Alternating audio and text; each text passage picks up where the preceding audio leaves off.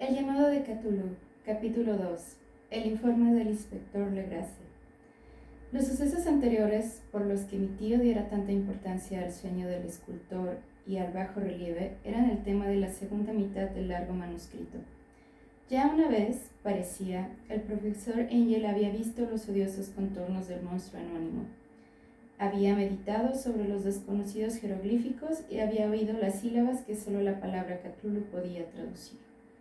Todo esto en circunstancias tan sobrecogedoras que no es raro que persiguiese al joven Wilcox con preguntas y ruegos. Esta experiencia anterior había ocurrido 17 años antes, en 1908, mientras la Sociedad Norteamericana de Arqueología celebraba su consejo anual en St. Louis. El profesor Engel, por su autoridad y sus méritos, había desempeñado un papel importante en todas las deliberaciones, y a él se acercaron varios profanos que aprovechaban la oportunidad de la convocatoria para hacer preguntas y plantear problemas. El jefe de ese grupo no tardó en convertirse en centro de atracción del todo Congreso. Era un hombre de aspecto muy común, mediana edad, y que había hecho el viaje a Nueva Orleans y a St. Louis en busca de cierta información que no había podido obtener en su distrito. Se llamaba John Raymond Legrasse, era inspector de policía. Traía consigo el objeto de su viaje, una estatuita de piedra repugnante y grotesca, muy antigua aparentemente, cuyo origen no había logrado determinar. No debe creerse que el inspector Legrasse se interesara por la arqueología, todo lo contrario. Su deseo de instruirse tenía como único origen razones puramente profesionales. La estatuita, ídolo, fetiche o lo que fuese, había sido capturada meses antes en los pantanos boscosos del sur de Nueva Orleans, en el curso de una expedición contra una presunta ceremonia vudú. Tan singulares y odiosos eran los ritos que la policía comprendió que se hallaba ante un culto totalmente ignorado e infinitamente más diabólico que los del vudú.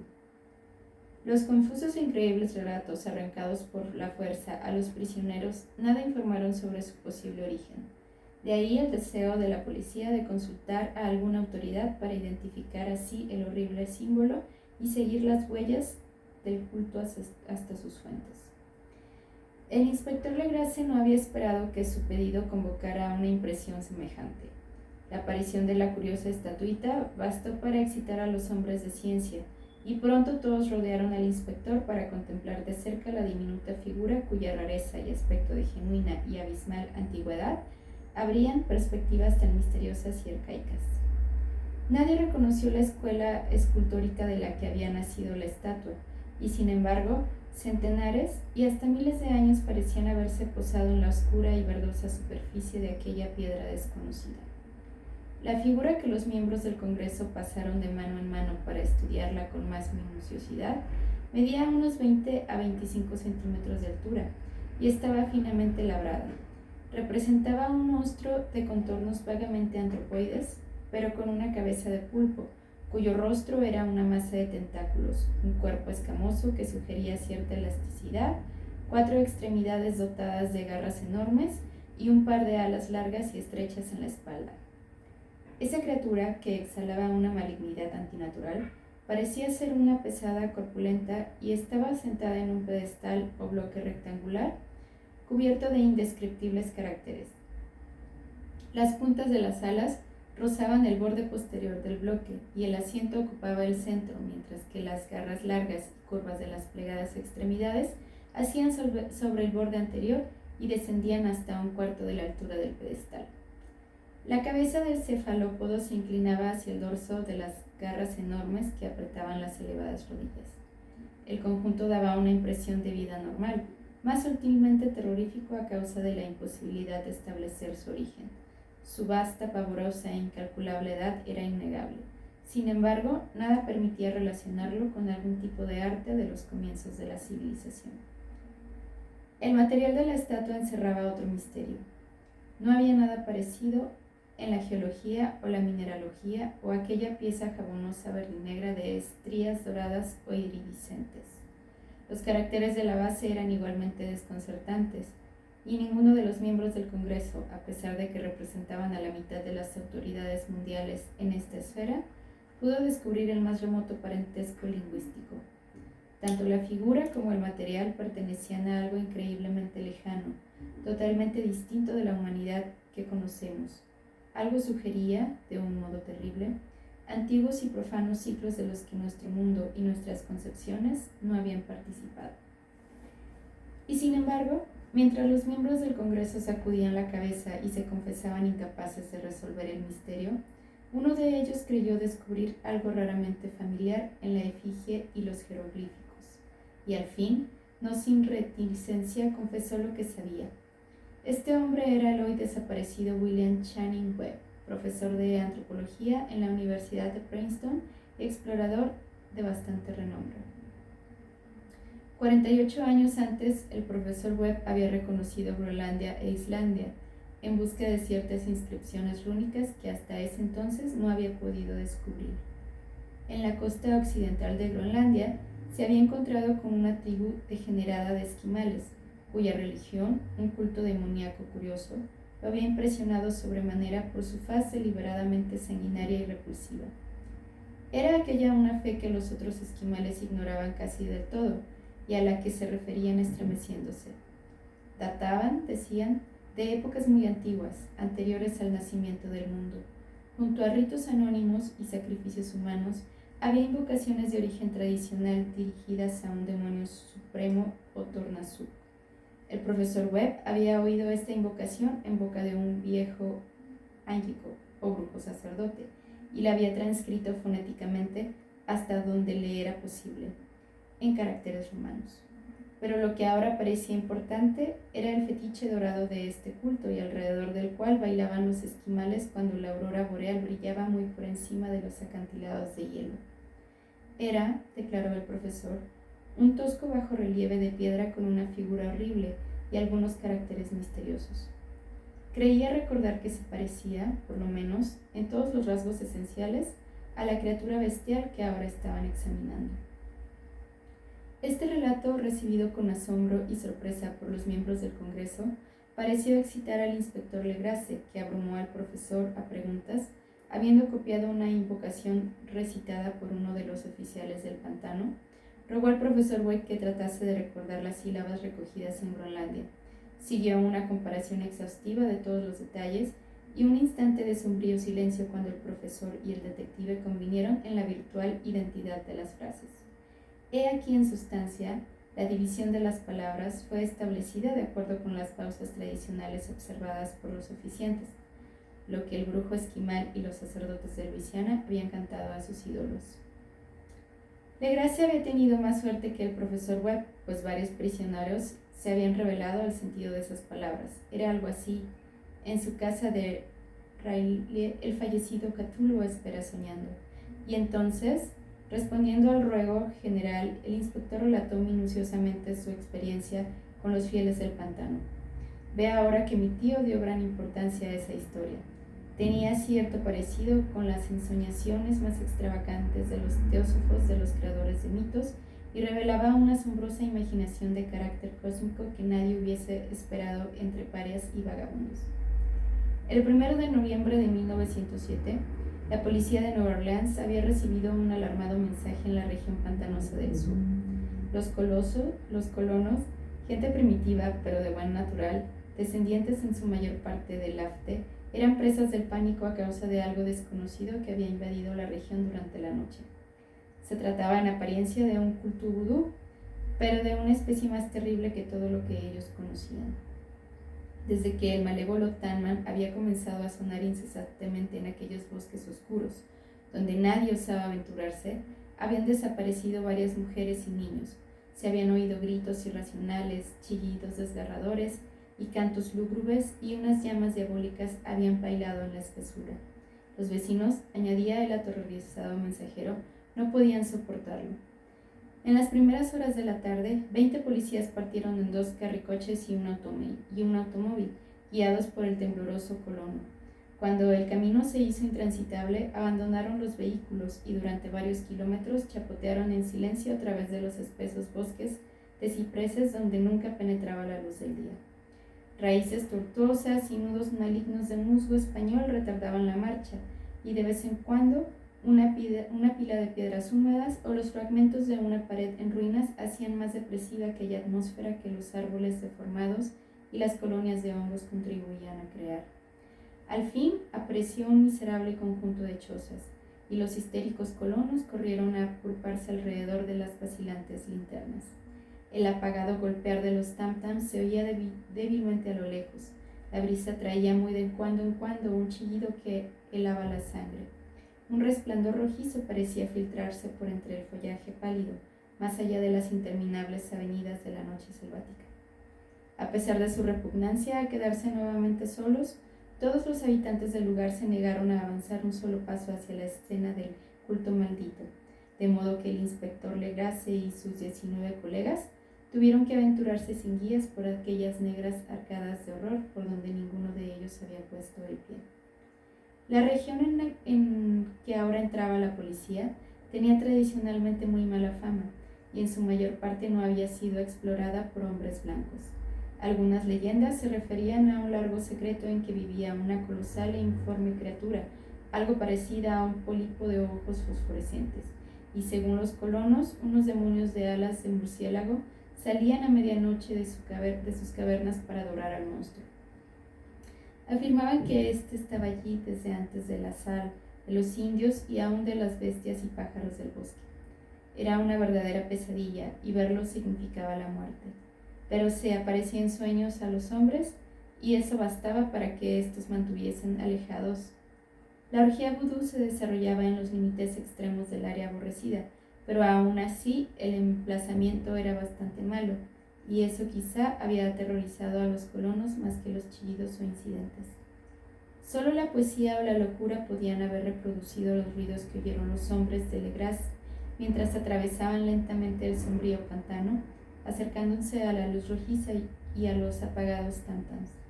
Hay una cualidad vocal propia de las bestias, y nada más terrible que oír una de ellas cuando el órgano de donde proviene debería de emitir otra. Una furia animal y una licencia orgiástica se exacerbaban allí hasta alcanzar alturas demoníacas con gritos y aullidos extáticos que reverberaban en los bosques tenebrosos como ráfagas pestilentes surgidas de los abismos del infierno. De vez en cuando cesaban los gritos y lo que parecía un coro de voces roncas entonaba la odiosa melopea. Por fin los hombres llegaron a un sitio donde el bosque era menos denso y se encontraron de pronto en un lugar mismo de la escena. Cuando transtabilaron, un quinto perdió el conocimiento y otros los lanzaron un grito de horror que por suerte fue apagado por el tumulto salvaje de la orgía. Legras roció con agua pantanosa el rostro del hombre desvanecido, y luego todos contemplaron el espectáculo fascinados por el horror. En un claro natural del pantano se alzaba una isla verde, de tal vez un acre de extensión, desprovista de árboles, bastante seca. Allí saltaba y se retorcía una horda de anormalidades humanas más indescriptibles que cualquiera de las que se hubiese podido pintar un cime o una carola. Sin ropas, esta híbrida muchedumbre bramaba, rugía y se contorsionaba alrededor de la hoguera circular.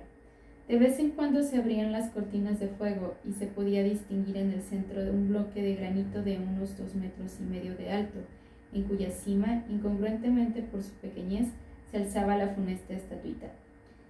En 10 caldazos instalados a intervalos regulares en un ancho círculo que rodeaba la hoguera, con el monolito como centro, colgaban con la cabeza hacia abajo los cuerpos extrañamente mutilados de los desaparecidos colonos.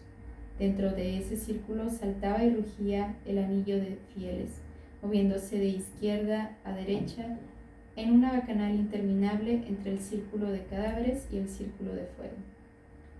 Pudo haber sido la imaginación o pudo haber sido un simple eco, pero uno de los hombres, un impresionable español, creyó oír que las invocaciones eran seguidas por unas respuestas antifonales que procedían de un lejano sombrío lugar, situado en lo más profundo de aquel bosque de leyenda. Este hombre, Joseph de Galvez, a quien más tarde encontré e interrogué, era desbordantemente imaginativo.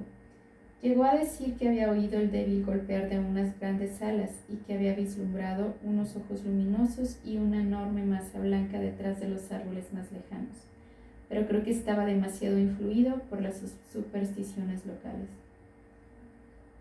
La inactividad de los hombres paralizados fue comparativamente poca duración. El deber venció pronto a todas las dudas, y aunque los celebrantes debían de llegar al centenar, la policía, confiada en sus armas de fuego, irrumpió en medio de la horda. Durante 5 minutos, el caos y el tumulto fueron indescriptibles. Hubo furiosos golpes, disparos y huidas, pero finalmente Legrasse pudo contar 47 prisioneros a los que obligó a vestirse rápidamente y que rodeó de policías. 5 de los celebrantes habían muerto y otros 2, muy malheridos, fueron transportados por sus cómplices en improvisadas parihuelas. La imagen del monolito fue sacada con todo cuidado y llevada por Legrasse. Examinados en el cuartel de la policía, luego de un viaje agotador, los prisioneros resultaron ser mestizos de muy baja realea y mentalmente débiles. Eran en su mayor parte marineros, y había algunos negros y mulatos procedientes casi de todas las islas de Cabo Verde que daban un cierto matiz vudú a aquel culto heterogéneo. Pero no se necesitaron muchas preguntas para comprobar que se trataba de algo más antiguo y profundo que un fetichismo africano. Aunque degradados e ignorantes, los prisioneros se mantuvieron fieles con sorprendente consistencia a la idea central de su aborrecible culto. Adoraban, dijeron, a los grandes antiguos que eran muy anteriores al hombre y que habían llegado al joven mundo desde el cielo. Esos antiguos se habían retirado ahora al interior de la tierra y al fondo del mar, pero sus cadáveres se habían comunicado en sueños con el primer hombre, quien inventó un culto que nunca había muerto. Este era ese culto, y los prisioneros dijeron que había existido siempre y que siempre existiría, ocultándose en lejanías desiertas y lugares retirados hasta que el gran sacerdote Cthulhu saliese de su sombría morada en la ciudad submarina Elie para reinar otra vez sobre la tierra. Algún día vendría, cuando los astros ocuparan una determinada posición, y el culto secreto estaría allí esperándolo. Mientras tanto no podían decir más. Se trataba de un secreto que ni la tortura podía arrancarles. La humanidad no era lo único consciente en la tierra, pues había unas formas que emergían de la sombra para visitar a sus escasos fieles. Pero estos no eran los grandes antiguos. Ningún ser humano había visto a los antiguos. El ídolo de piedra representaba al gran Cthulhu, pero nadie podía decir si los otros eran o no como él. Nadie era capaz de descifrar ahora la antigua escritura. Muchas cosas se transmitían oralmente.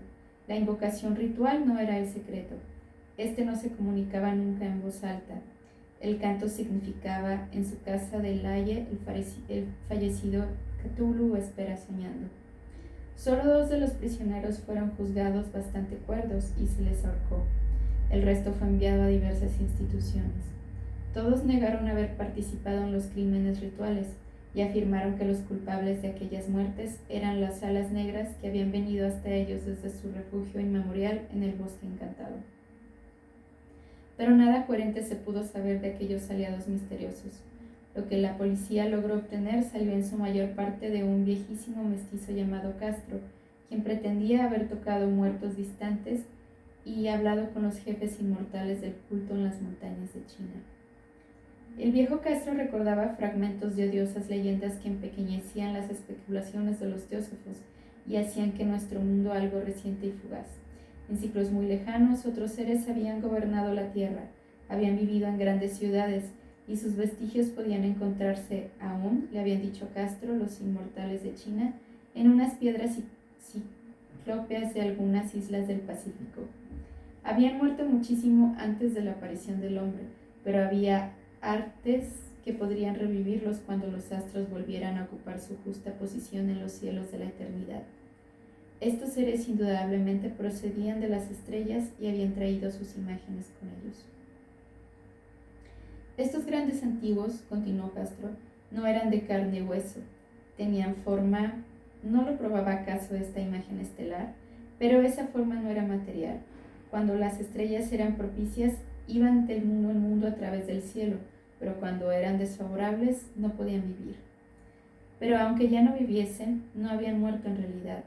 Yacían todos en casa de piedra, en la gran ciudad de Lie, preservada por los sortilegios del gran Cthulhu para el día de las estrellas, y la tierra pudieran recibir su gloriosa resurrección.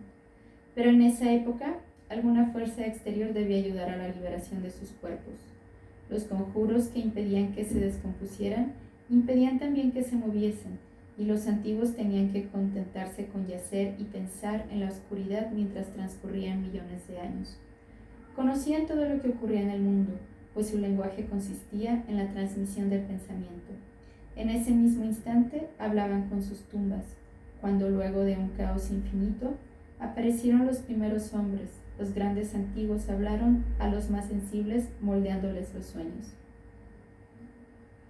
Aquellos primeros hombres, murmuró Castro, establecieron el culto con que se adoraba a los ídolos de los grandes antiguos, ídolos traídos de estrellas oscuras en una época infinitamente lejana.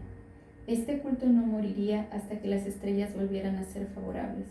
Los sacerdotes sacarían entonces al gran Cthulhu de su tumba para que reviviese con sus vasallos y volviera a asumir su reinado en la tierra. Este tiempo sería fácil de conocer, pues entonces la humanidad se parecería a los grandes antiguos, salvaje y libre, más allá del bien y del mal, sin moral y sin ley. Y todos los hombres gritarían y matarían y gozarían alegremente.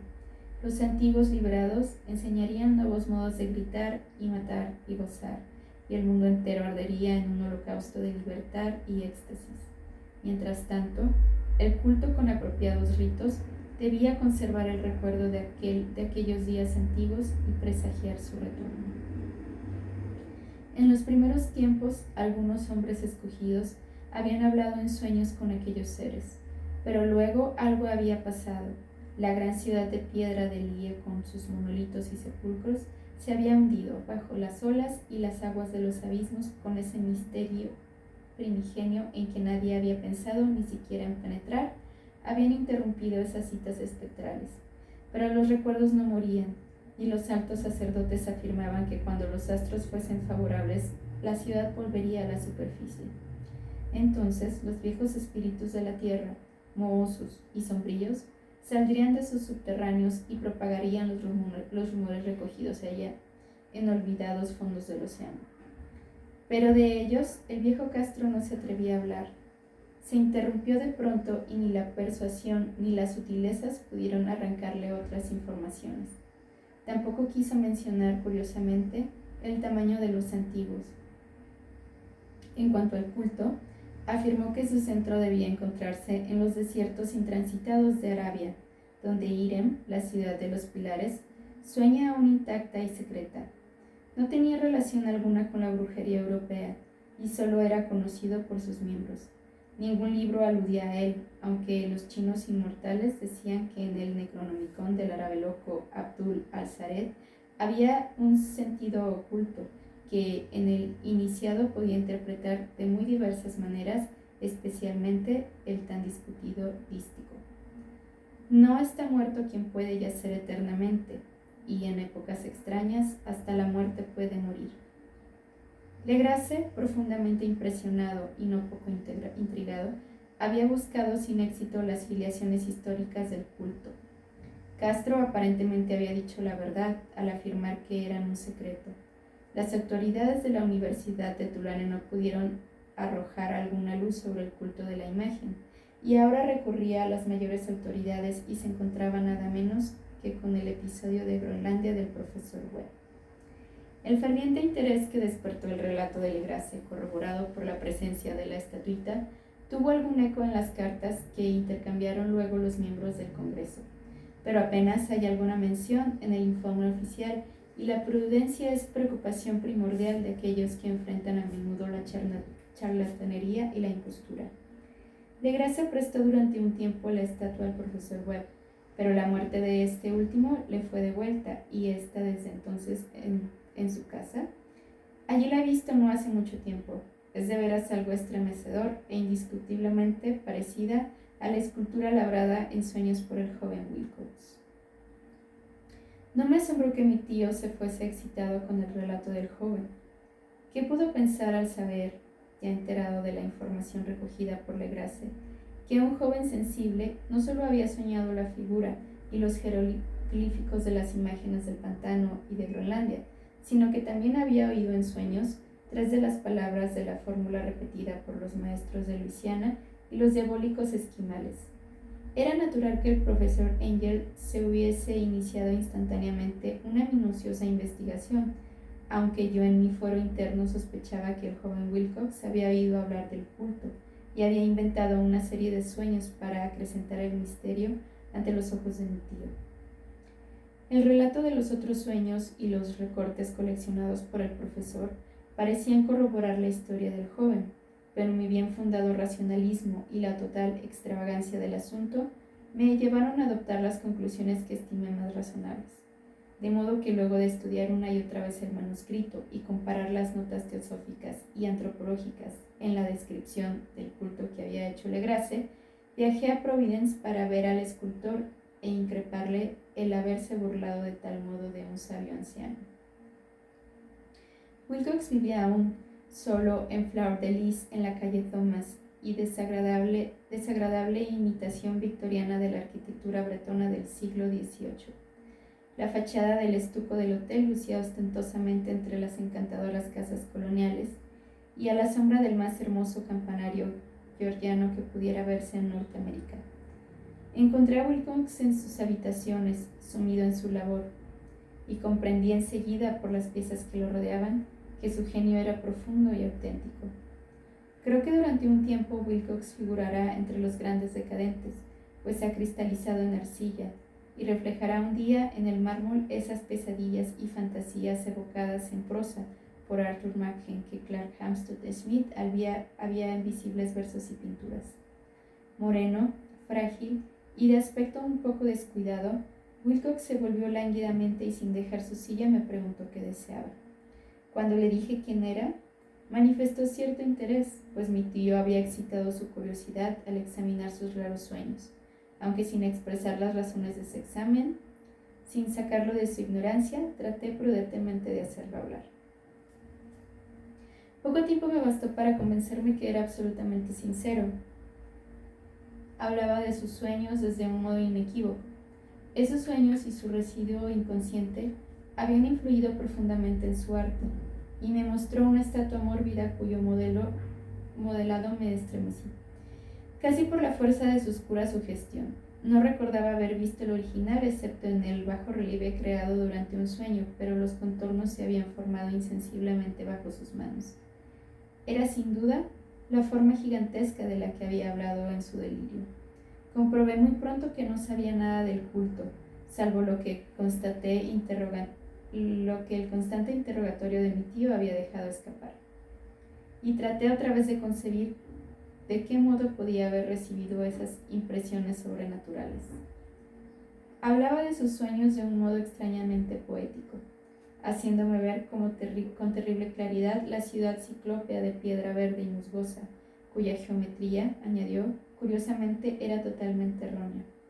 Y oí otra vez con un temor expectante al subterráneo llamado mental Cthulhu.